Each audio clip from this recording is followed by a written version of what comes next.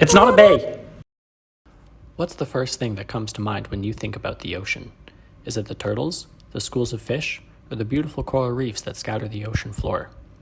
If we focus our attention below the schools of fish, we will discover a whole new community of benthic organisms. Benthic organisms refer to any of the macro and myofaunal species that live on the sea floor. Macrobenthic includes the larger species, such as crustaceans, mollusks, and gastropods. If we zoom in even closer, we can see some of the myofaunal species that live in the sediments. These include organisms like copepods and nematodes that are not normally visible with the human eye. During this project, we seek to discover the biodiversity that lives within these benthic communities. The start of any good project begins with proper planning and testing.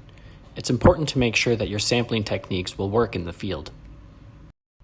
In order to sample the macrofaunal community, we decided to use photo quadrants and the Ekman grab. 3, 2, 1. Remember, not everything is going to work the first time around, or the second, and sometimes the third. But don't worry, eventually you'll get there.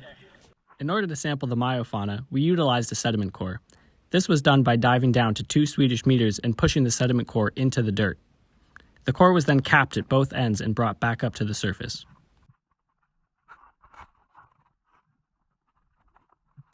We just got this core and now we need to put a ruler up against it and we can find out where the anoxic sediment begins.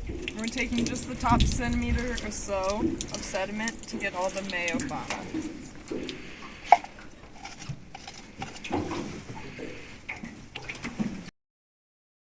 After an intense day in the field, all of the samples are brought back to the wet lab in order to be processed. First, we run the sediments through a sieve in order to collect the organisms. This helps separate the sediments from the macrofauna and myofauna. The macrofauna was run through a 1 millimeter sieve, while the myofauna was run through a 63 micrometer sieve. The samples are then analyzed in the lab using a stereo microscope.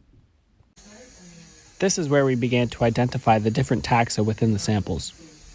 Once complete, the statistical analysis begins. And now, let's check back in with our team. Hannah, what did we find? So we found that biodiversity is higher in the shallow depths compared to the deeper depths in both sites. That's cool. Interesting.